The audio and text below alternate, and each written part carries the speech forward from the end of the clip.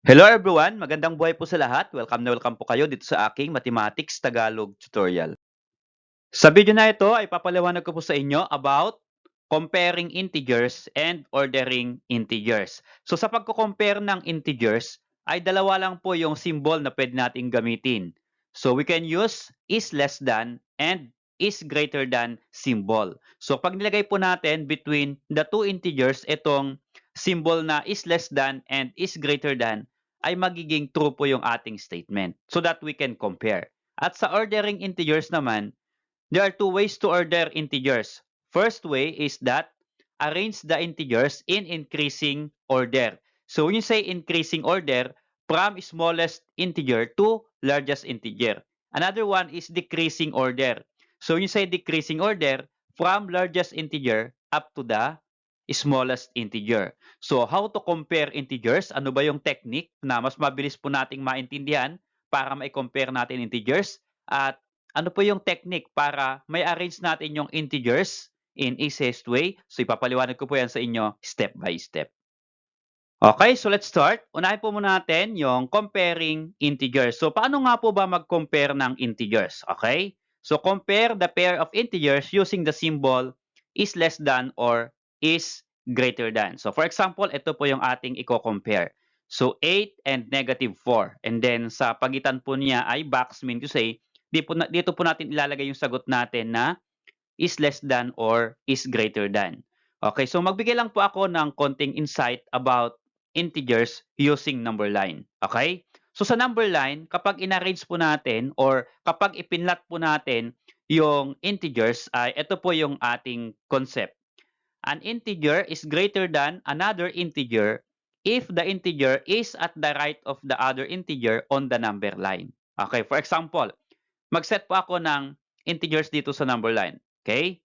For example ay 2 integers 3 and 4. We all know that 4 is greater than 3. Or pagbalterin natin, 3 is less than 4. Pwede po yan. Okay. So notice na yung 4 dito sa number line ay nasa right. At yung 3 ay nasa left. So kung ano yung nasa right, yun ay mas malaki kaysa yung nasa left kapag i-compare natin. Kaya pwede na po nating sabihin dyan na 4 is greater than 3. Okay?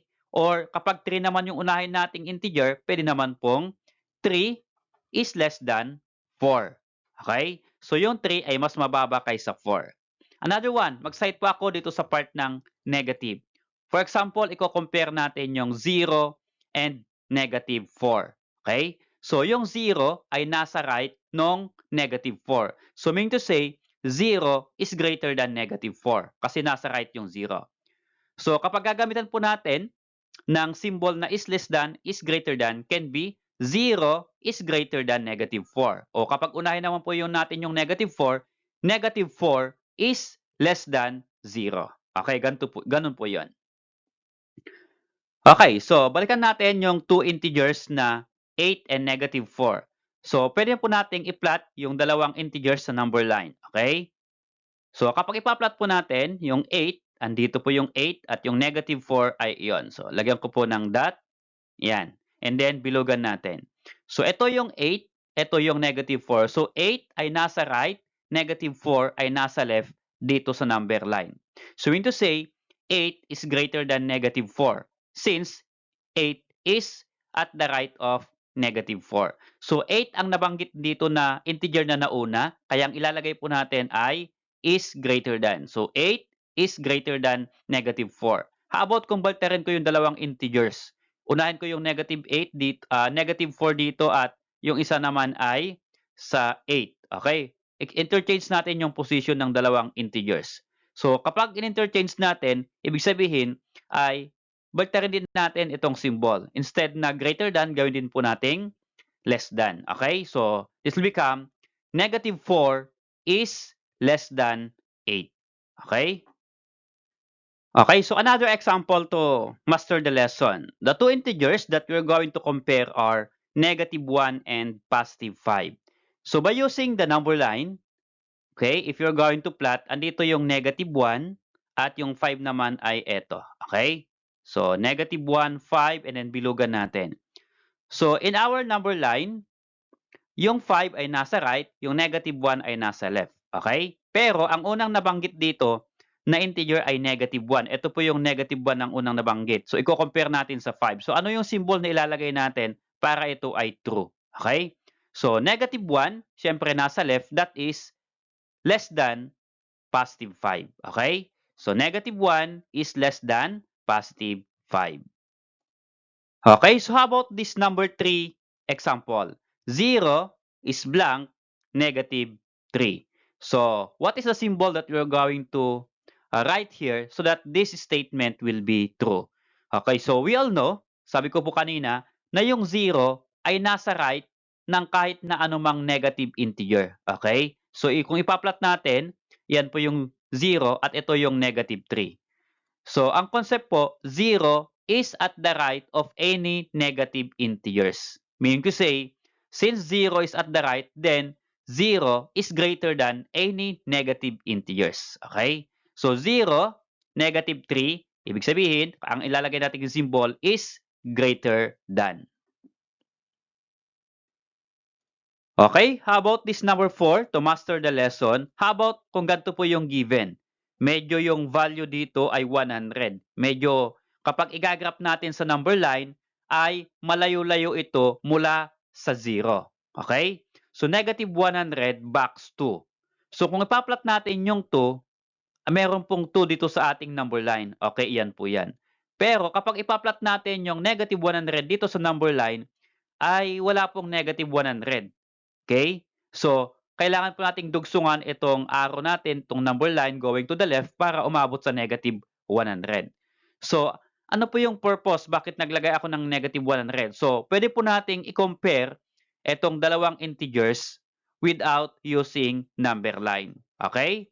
So, always, yung negative po ay nasa left. Ibig sabihin, kapag i-continue po natin yung number, negative 1, negative 2, negative 3, negative 4, negative 5, and so on, going to the left, hanggang aabot tayo ng negative 100. So yung 2 ay nasa right at yung kahit na anong negative ay nasa left. Okay? So therefore, itong 2 is greater than negative 100. Or 2 or any positive integers ay greater than any negative integers. Okay? So here, negative 100 po yung unang integer na nabanggit. So ano yung symbol na ilalagay po natin? So yung negative 100 ay mas mababa sa 2. So that is less than po yung ating ilalagay na symbol. So negative 100 is less than 2. Okay, so how about this number 5 example? So negative 86 box negative 67.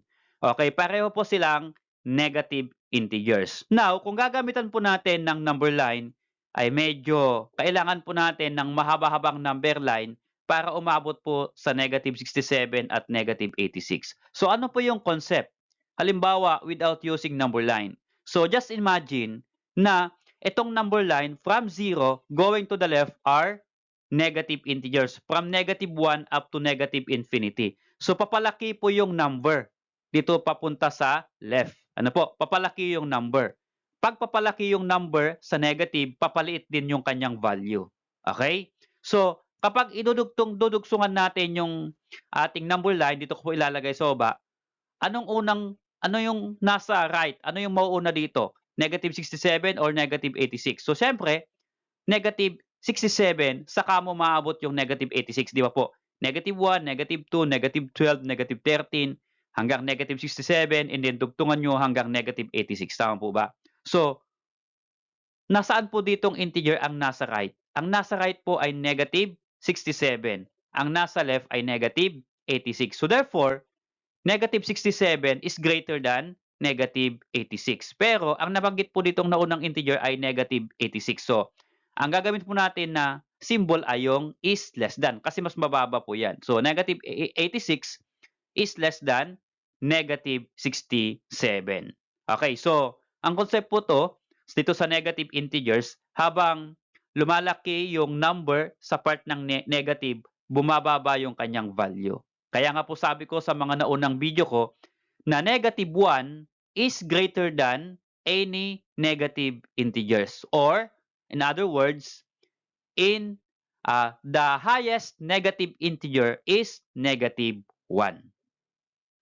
Okay, so last one. We are going to compare negative 5 and 7 without using number line. So, yung negative 5 at 7, pag i-compare natin, again, ang sabi ko, yung positive ay always nasa right ng negative. So, therefore, itong negative 5 is less than positive 7. Okay? So, kapag 7 naman po yung naunang integer na nandito, ay di 7 is greater than negative 5. Okay? Okay, so next, we're going to discuss ordering integers. Okay? So, arrange the following integers in increasing and decreasing order. Ito po yung ating number 1 set of integers. So, we have 9, negative 3, 0, negative 1, and 4. So, paano po natin ito i-arrange in increasing order at decreasing order? So, paano po kaya? So, first muna, ituturo ko po muna by using number line. Okay? Yun po yung basis po natin. And then mamaya, without using number line. So, first ay ipa-plot natin sa number line. Okay? And then, sa number line, doon natin kukunin yung increasing order at decreasing order. So, i-plot natin. Halimbawa, ito ay 9. Okay? So, yung 9 po ay iyon. Next ay negative 3. Okay, this one. Then next, 0. Okay, this one. Then next, negative 1. Okay, this one. And then, ang last ay positive 4. Ito po yung positive 4. Kapag na-plot po natin sa number line, sabi ko po kanina, kung ano yung nasa left, yun yung pinaka mababa. Okay? At yung nasa right, yun yung pinakamalaki. Kaya dito sa ating number line, yung 3 ay nandito sa pinakang left or negative 3 rather. So, ibig sabihin, itong negative 3 is the lowest integer at ito pong positive 9, ito yung highest integer. Kaya kapag i-arrange natin in increasing order, kopyahin na lang po natin going to the right. Increasing, papalaki po yan. So, dito po, negative 3, yan. Bilugan po natin, negative 1, 0, 4, 9. Yan na po yung arrangement niya in increasing order. Okay? Kopyahin lang po natin. Okay, so, yan. So, negative 3, negative 1, 0, and then 4, and then 9. Yan po yung kanyang increasing or ascending order. Okay? How about naman kapag decreasing order? Okay, kapag decreasing order, ay dibaltarin natin. Unahin natin yung 9 kasi yung 9 yung pinakamalaki and then pababa hanggang negative 3. Okay, ganito po yan. Yan po. So, 9, yun po, pinakang malaki. 4, 0, negative 1, and then negative 3. Yan na po yung kanyang decreasing or descending order. Take note of the two terms, increasing, papalaki, ascending, papalaki din po yan. Pag sinabi natin decreasing ay papaliit, descending, papaliit din po yan. Okay, so how about if you're going to arrange the integers without using number line? So paano po kaya? Okay, ganito lang po yon. Since sa ating pong integers, mayroon po tayong 0. Okay, so yung 0, yan po yung unahin natin. Yung 0 kasi kapag if you're going to imagine, ay nasa pagitan ng positive at negative integers. Yung 0 at the right, positive, sa left ay negative. Okay? So, unahin po natin na i-plot yung negative. So, yung dalawa po yung negative natin dito. Ang negative po natin ay itong negative 3 at negative 4. Okay? Negative 1 rather. Bilugan ko po. Negative 3 at negative 1. So, yung pinakamalaki na number, 3 at 1, mas malaki yung 3. Gawin po natin pinakang dulo yan. Okay? Yan. So, negative 3, negative 1. Okay, di ba po, mula 0, going to the left is negative 1, negative 2, negative 3, and so on. Papalaki po yung number pababa. Di ba po ba? Kaya yung negative 3 ay nasa pinakang left. Then, sa positive integer, madali lang naman po at alam po natin sa counting numbers. So, ang kasunod ng 0 ay, papalaki ay 4 and then 9. Okay, so, yan na po yung ating arrangement from smallest integer up to the largest integer. At ang tawag po dyan ay increasing order. So again, to write the decreasing order, ay dibalterin po ulit natin yung mga pagkakasunod ng integer. So from 9 up to negative 3. Okay, so how about this number 2 example? Nagbigay na po ako ng medyo malalaking integers, okay? Para makita po natin, paano nga po ba yan i-arrange? So, 25, negative 36, negative 2, 55, negative 80. Okay, so wala pong 0. So, wala po tayong boundary. So, ang unahin po natin ay yung mga negative, okay? So, ang negative po dito ay negative 36, negative 2, at negative 80. So, sa number line, kapag imagine natin, okay, pag ito po yung number line, kapag i-imagine po natin, okay, alin po ang pinakang dulo dito sa tatlong negative integers? So, ang pinakang dulo dito, natural, ay yung pinakamalaking number. So, 36, 2, at 80. So, yung 80 po ay nandito. Tama po ba? Okay? So, ibig sabihin yung 80 pinakamaliit kasi nandun sa pinakang dulo, dun sa may left. So, unahin po natin yung 80. Then, pababa na po yung ating integer. So, 36 and then 2. Okay? So, negative 36, then negative 2. Then, idugtong na po natin yung positive integers, dalawa lang po. So, siyempre, alam na po natin yung mas malaki dyan, 25 at 55. So, since from pinakamaliit going to the right, magiging positive, okay, unahin natin yung mas maliit na positive integer, itabi natin sa negative integer, that is 25, and then 55. Okay? So, negative 80, negative 36, negative 2 sa part ng negative. Sa positive naman, smallest naman, 25 and then 55. So, smaller than larger integer. Okay? Then, yan na po yung inyong increasing or ascending order. Again, kapag kukunin mo yung decreasing order, and then babalterin lang po natin. So, mula dito sa increasing order. So, 55, ito po yun, 25, negative 2, then negative 36, and then negative 80. Okay, so let's have this activity 1 and activity 2. So for activity 1, compare the following integers using the symbol is less than and is greater than. And for activity 2, arrange the following set of integers in increasing or decreasing order. Okay, so ito po ay 1, 2, 3. Okay, sa atin pong pagko-compare ng integers, then sa arrangement ay 3 din. So ito pong activity na ito ay iwan ko pong inyo pong exercises, pwede po ninyong sagutan using symbol. I-comment po sa comment box dito po sa video at hintayin po ninyo yung aking reply. Check po natin kung tama po yung inyong sagot. Maraming salamat kaibigan sa panonood. Kung natuto ka sa video na ito at nagustuhan mo, please click like and then subscribe kung bago ka pa lang dito sa aking channel.